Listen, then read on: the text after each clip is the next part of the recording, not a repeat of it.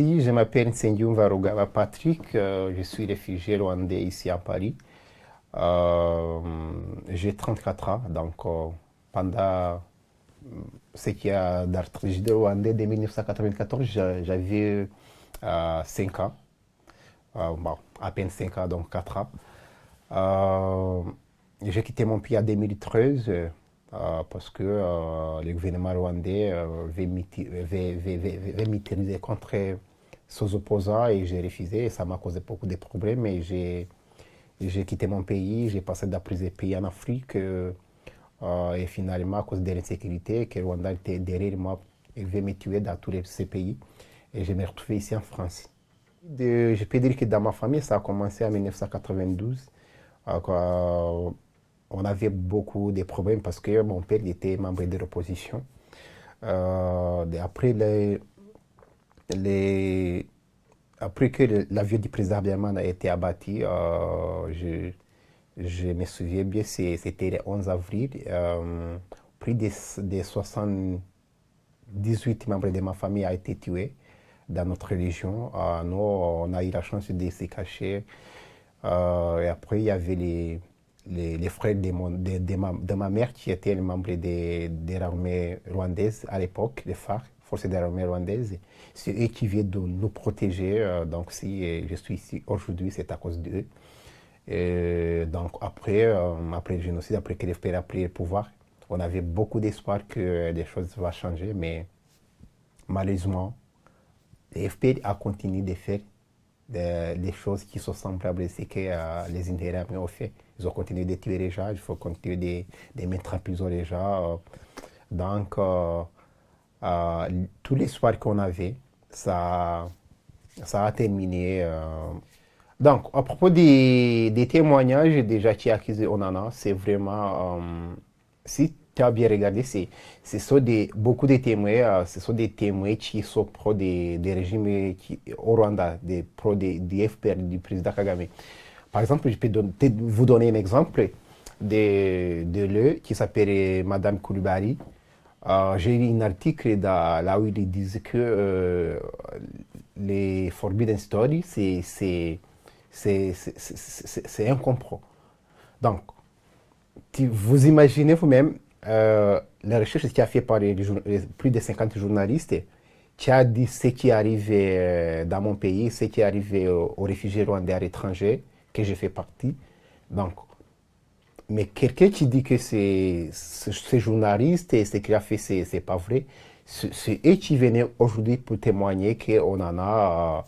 Il est négationniste et qu'il est divisionniste. Et il disait qu'il a nié la planification du génocide alors qu'ils ont oublié que même le tribunal pénal pour le Rwanda lui-même n'a pas montré qu'il y avait la planification du génocide. Il a amené beaucoup de preuves. Par exemple, il disait que les Hutus, ils ont mis en place des cartes d'identité là où il y a les ethnies.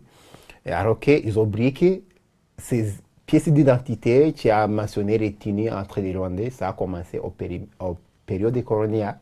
C'est l'administration belge avec les monarchies, rois, Tutsi, qui a commencé ces histoires de pièces d'identité qui divisaient la population rwandaise. Donc, mais pour le moment, au tribunal, il disait que c'est le régime Hutu qui a implanté, qui a mis en place ces pièces d'identité pour sectionner les Tutsis.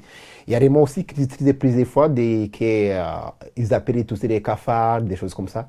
Mais ils ont oublié que ces termes qui est en Kinyarwanda, dans ma langue natale, qui disent Inyenzi, c'était une abréviation, qui disait Ingangurarugo Ziemeje Kuba Inyenzi. C'était des combattants, si je peux dire, ou bien des rebelles monarchistes que le roi Kigeli V il a organisé pour venir conquérir les pays après la révolution de 1959, quand il voulait écraser la République, la première République du Rwanda. Donc, si tu as analysé bien les preuves que les témoins qui Akizonana amènent dans le tribunal, c'est vraiment des choses. Comment je peux dire? C'est difficile de voir les terminologies pour l'expliquer. C'est comme si sur les gens vraiment qui a lu l'histoire du Rwanda ou bien qui a eu les informations à propos de l'histoire du Rwanda, mais qui savaient vraiment ce ce qui s'est passé au Rwanda et ce qui est en train de passer au Rwanda aujourd'hui. C'est vraiment minimiser la souffrance du peuple rwandais. Je peux vous donner un exemple, par exemple, d'un documentaire qui fait partie du Forbidden Story, là où les médias belges étaient en train de parler de ce qui s'est passé au Rwandais, les Belges d'origine rwandaise qui étaient assassinés en Afrique du Sud. Moi aussi, j'étais réfugié en Afrique du Sud. Et j'ai quitté l'Afrique du Sud après que le gouvernement rwandais voulait me tuer en plusieurs reprises. Donc, ce qui est dans ces documentaires Forbidden Story, c'est la réalité. C'est la réalité, mais que le gouvernement rwandais, que les gens qui soutenaient le régime au Rwanda ne veulent pas que le monde sache. Hier, au procès de Charles Onana, il n'y avait pas beaucoup de Rwandais, des vrais réfugiés rwandais, si je peux dire, parce qu'il y a ceux même qui se disent que ce sont des réfugiés alors qu'ils travaillent au profit du régime. Mais il n'y avait pas beaucoup de Rwandais, sauf, comme vous l'avez dit, ceux qui attaquent Onana. Parce que moi, je pense que les réfugiés rwandais ou bien les Rwandais en exil, on a un sérieux problème de notre régime, parce que le régime qu'on a en place à Kigali irrite ses opposants, non seulement au Rwanda, mais aussi à l'extérieur. Donc je pense que beaucoup de Rwandais ils opèrent d'apparaître dans le procès d'Onana parce qu'ils pensent que le gouvernement rwandais il va les voir et il peut avoir des problèmes là où il est. Donc je peux dire que c'est à cause de peurs. Ils opèrent de se mettre en danger parce que du coup, tu as décidé d'apparaître en public et tu parles quelque chose qui est opposé au régime ou bien tu as montré que tu soutenu la vérité que le régime rwandais ne veut pas. Donc, directement, tu es en danger. Voilà. Ouais, c'est vraiment dommage. Parce qu'on en a, c'est quelqu'un qui a défendu la cause des Rwandais, la cause des vrais, comment je peux dire, on en a, c'est quelqu'un qui est sur les côtés de la vérité de ce qui s'est passé à mon pays, le Rwanda. Mais je pense que beaucoup de Rwandais doivent soutenir Onana. Ouais, il y a ceux qui ont fait, il y a une association des femmes qui a fait GoFundMe pour voir comment ils peuvent soutenir Onana.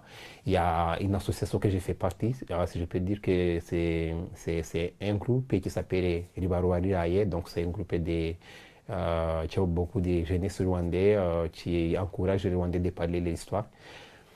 On a fait beaucoup de mobilisations pour demander au peuple rwandais, au peuple congolais, au peuple africain de venir soutenir Onana. Mais malheureusement, comme vous l'avez dit, il n'y avait pas beaucoup de Rwandais à cause de ça. C'est l'opère. Donc, les Rwandais ils opèrent par rapport de ce qui peut arriver dans les familles, dans les vies là où ils sont. Parce que le régime qu'on a au Rwanda, c'est le régime, je peux dire, qui est capable de faire tout pour que les Rwandais à l'étranger ne peuvent pas parler, ne peuvent pas soutenir les personnes comme Onana. Voilà. Franchement, l'une des choses qui m'a choqué pendant ces procès, c'est que beaucoup déjà avaient carrément de croire que c'est les Tutsis qui étaient tués pendant le génocide de 1994. Mais ce n'est pas vrai. Par exemple, je peux dire ce qui est arrivé dans ma famille. On a perdu plus de 150 personnes pendant le génocide de 1994. Et dans tous ces membres de ma famille qui étaient tués pendant le génocide, il y avait les Hutus et les Tutsis. Il y avait les Tutsis qui étaient tués parce qu'ils étaient Tutsis. Il y avait aussi les Hutus qui étaient tués parce qu'ils étaient aux côtés des l'opposition de l'ancien régime. Donc, le problème qu'on a au Rwanda, c'est qu'aujourd'hui, le régime de FP, le régime de Kagame, il veut croire à un monde que c'est que les Tutsis qui étaient tués pendant le génocide. Il y a aussi les massacres qui étaient perpétrés contre les Hutus depuis 1990, dès que les frères a commencé la guerre d'Israël, la guerre de libération. Mais aussi, pendant le génocide, vraiment, ce n'est pas que les Tutsis qui étaient tués, c'est que, moi je dis, c'est tous les Rwandais. Donc, c'est vraiment choquant, c'est vraiment honteux de voir ce qui est arrivé au Rwanda en 1994. Les gens viennent donner l'image des ethnies, des quoi, au lieu de dire en réalité ce qui arrive. Ce qui arrive, c'est qu'il y a après le déclenchement des ravioles du président Habyarimana, il y avait les massacres des Tutsis et des Hutus de l'opposition. Donc, mais pour le moment, que ce soit dans l'opération du génocide, donc quelque chose qui a créé beaucoup de polémiques dans les procès, que ce soit dans l'opération du génocide, que ce soit dans les discours que les gens disent, que ce soit dans les témoignages des différents témoins, euh, on n'arrive pas vraiment à expliquer en réalité ce qui arrive en 1994. Voilà. Beaucoup déjà, ils ont oublié qu'avant que les génocides commencent, les pays étaient en guerre pendant 4 ans. Et cette guerre, il a augmenté la tension des ethniques, si je peux dire. Il a augmenté les problèmes politiques. Donc, depuis même avant 1994, avant le 6 avril, il y avait les tueries partout dans le pays. Ouais. Par exemple, je peux dire dans ma région natale, mon père était arrêté en 1992 parce qu'il a essayé de stopper ces genres de violences. Donc, il y avait des violences partout dans le pays.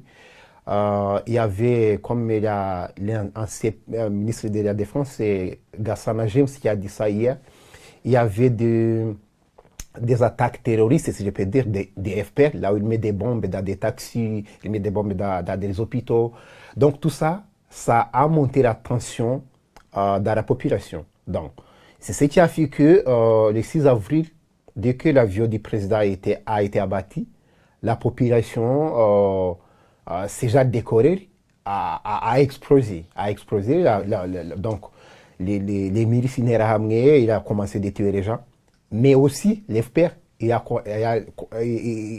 commencé la guerre. Il a commencé la guerre, il a tué les gens là où ils étaient. Hier, il y avait les témoignages de quelqu'un qui s'appelle Marie-Jeanne Rutaïsire. Il a dit comment l'FPR, il a tué les gens dans le quartier.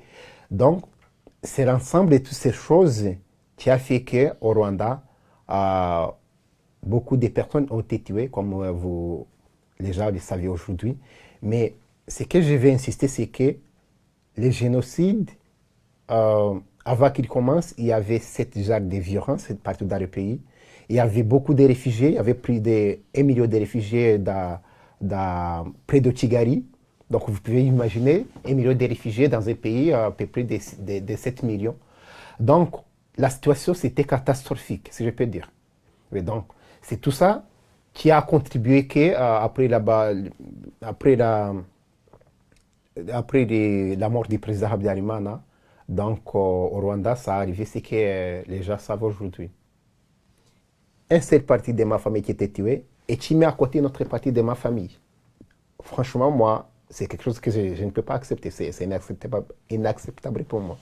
Donc, je vois que pendant les procès, beaucoup de gens, ils opèrent de dire ça, que ce soit les témoins, que ce soit tous les gens qui sont en train de parler là. Mais franchement, pour moi, la terminologie génocide contre les Tutsis, je vois que c'est une terminologie qui met quelque chose qui est comme l'apartheid aux victimes. Ouais, c'est ce que je peux dire. Et je pense que les gens doivent penser pourquoi l'opération du génocide a changé à plusieurs reprises. Avant, c'était les génocides et les massacres. Moi, je me souviens quand j'étais à l'école primaire, il m'a enseigné que les 6 avril et 7 avril, c'est les souvenirs du génocide et les massacres. Et après, ils ont changé, ils disent c'est génocide. Certes. Et après, génocide contre les Tutsis. Pourquoi? Ils veulent croire au monde qu'il y avait les tueurs qui s'appelaient Hutus et les victimes qui s'appelaient Tutsis. Une autre chose que les gens ne peuvent pas oublier, c'est qu'il y a aussi les Hutus qui étaient tués par les FPR, que ce soit avant, pendant et après le génocide. Toutes ces victimes-là, on doit reconnaître comme les Rwandais, on doit faire une mémoire collective. Ouais, je sais que le gouvernement du Rwanda, dès qu'il a commencé à parler à propos d'autres victimes, il te donne les noms négationnistes, divisionnistes, génocidaires. Je ne sais pas, moi j'étais un enfant, je ne pense pas que je peux me dire, il m'appelle génocidaire, mais divisionniste et des choses comme ça. Il y a aussi quelque chose qu'on ne peut pas oublier, c'est qu'il y a aussi les Tutsis qui étaient tués par les FPR pendant le génocide. l'exemple des professeurs de l'université Aimable Karasira, on a beaucoup parlé, on a son nom et ont été parlé par beaucoup des témoins au tribunal. Parce que Aimable Karasira, il a osé de parler au Rwanda que son père, sa mère et comment je peux dire, et d'autres membres de la famille aussi, ils étaient tués par les FPR. Donc, il y a aussi les Tutsis qui étaient tués par les FPR. Donc, il y a pas vraiment dans l'histoire des génocides, il n'y a pas les démons et les anges, non. Comme les régimes du Rwanda veulent que le monde croit ça. Il y a des tueurs parmi les Hutus, il y a des tueurs parmi les Tutsis. Il y a les victimes parmi les Hutus, il y a les victimes parmi les Tutsis. C'est ça. D'autres choses que j'ai pu ajouter, c'est que dans les procès, il parlait qu'on en a, il y a un génocide parce qu'il a dit qu'il y a des victimes Hutus, Tutsis et toi. Mais il y a quelque chose qu'ils ont oublié. Par exemple, en 1991, il y avait un recensement des USAID. USAID, c'est une organisation américaine. Ce n'est pas une organisation rwandaise. Donc, dans ce recensement de la population, ils ont dit que au Rwanda, bon, dans cette période, ils utilisaient les ethnies dans les documents Hutu, Tutsi, toi. Ils disaient que les Tutsis, si je me souviens bien, c'était à 500 000 90, 500 090 personnes et quelques. Mais ce que je suis sûr, c'est que ça n'arrivait pas à 600 000. Et après le génocide, l'association Ibuka, c'est l'association des rescapés du génocide, ils ont dit que les rescapés du génocide, c'était 300 000. Est-ce que vous pouvez imaginer s'il y avait 590 000 Tutsis et les rescapés, c'était 300 000. Et maintenant, au Rwanda, dans les sites mémoriels, ils disaient qu'il y a plus de 1 million de victimes. Donc 1 600 000. D'où viennent ces victimes? C'est le raison pour laquelle moi je disais que ce qui est arrivé au Rwanda, c'est les génocides qui sont arrivés au Rwanda, le génocide rwandais, il y a des victimes Hutus, il y a des victimes Tutsis. Il y a des victimes aussi qui étaient massacrées par les Interahamwe, comme on aurait dit.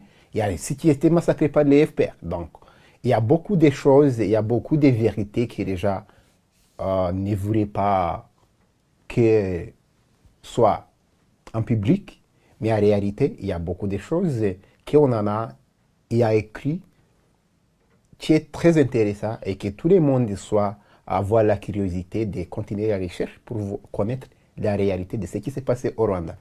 Il y a une autre chose aussi qu'ils ont parlé à propos des radios-télévisions d'Émile Corinne, qu'il a sémé la haine. Oui, il y avait des discours qui sont comme ça, mais ils ont oublié qu'il y avait une autre radio d'IFPR, la radio Muhabura. Donc, les gens, ils doivent connaître qu'avant le génocide, il y avait une guerre au Rwanda. Et dans cette guerre, c'était une guerre qui opposait un groupe rebelle qui vient de Ruganda, FPR, du président Paul Kagame, président actuel du Rwanda, et l'armée du Rwanda dans cette période. Donc, ce gars, il a chauffé, comment je peux dire, il a les effets qui se produisent dans cette guerre, les tueries, les attaques que FPR a fait, les réfugiés dans le capital, tout ça, ça a contribué qu'après la mort du président Habyarimana, du président du Burundi, que déjà, beaucoup déjà oublient, parce que c'est vraiment étonnant de voir des chefs d'État africains qui étaient tués, mais pour le moment, personne n'en parle.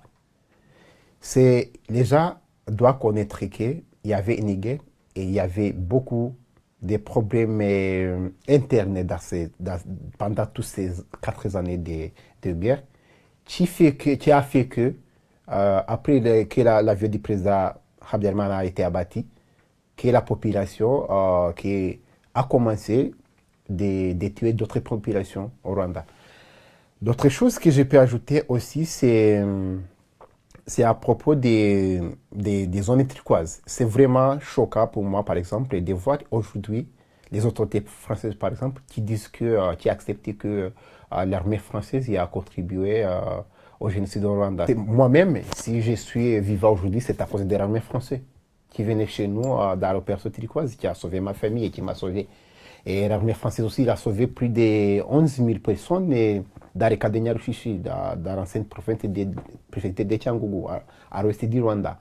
Mais aujourd'hui, Kagame et quelques personnes voulaient convaincre au monde que l'opération turquoise était là pour tuer les Tutsis, qui est vraiment un mensonge. Voilà.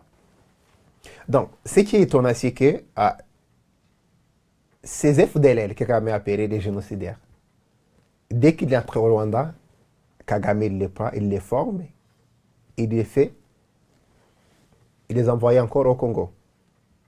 Il travaille avec ces rebelles M23, tout ça, pour aller tuer d'autres réfugiés, pour aller prendre les minéraux au Congo, des choses comme ça. Donc, pour Kagame, dès que les FDLR sont au Congo, ils ont les criminels. Dès qu'ils entrent au Rwanda, ils les forment pour les renvoyer encore au Congo pour travailler à ses propres intérêts. Donc, c'est quelque chose de vraiment très étonnant d'avoir un chef d'État qui fait ce genre de choses. Voilà. Ce que je peux dire à propos de ces procès, c'est que d'abord, les gens doivent connaître que ces associations qui accusent Onana, ce sont des associations qui collaborent avec le régime du Rwanda, le régime dictatorial qu'on a dans notre pays, le Rwanda. Je peux vous donner un exemple de l'association Ibuka. L'association Ibuka, c'est une association qui dit que c'est une association qui défend l'intérêt des rescapés du génocide. Alors que, en réalité, ce qu'on voit même dans notre pays, c'est une association qui travaille pour l'intérêt du régime en place. Parce qu'il y a beaucoup de rescapés du génocide qui sont en prison pour le moment. Par exemple, Emabure Karasira, par exemple, Deo Mouchaïdi, il a commencé de travailler avec lui sur le Rwanda. Par exemple, Madame Ida Mangue, Mugwiza Yvonne, tous ces rescapés avec les autres, ces associations ne peuvent pas parler pour eux. Parce que c'est ça déjà qui a osé de dire la vérité que le gouvernement rwandais ne veut pas que les gens disent. Donc, ces associations, ce sont des associations qui collaborent avec le régime. Et l'objectif, c'est d'essayer de stopper que la vérité de ce qui se passe au Rwanda soit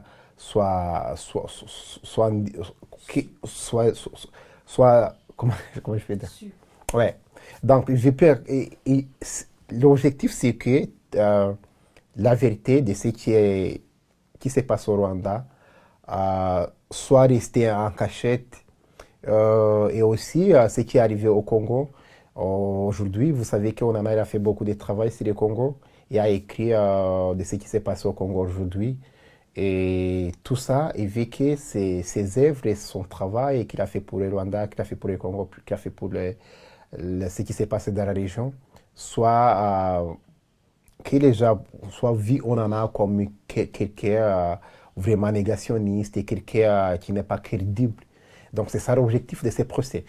Et d'autres choses qui est très choquant, c'est que ces procès ne peuvent pas contribuer à l'unité et à la réconciliation du peuple rwandais.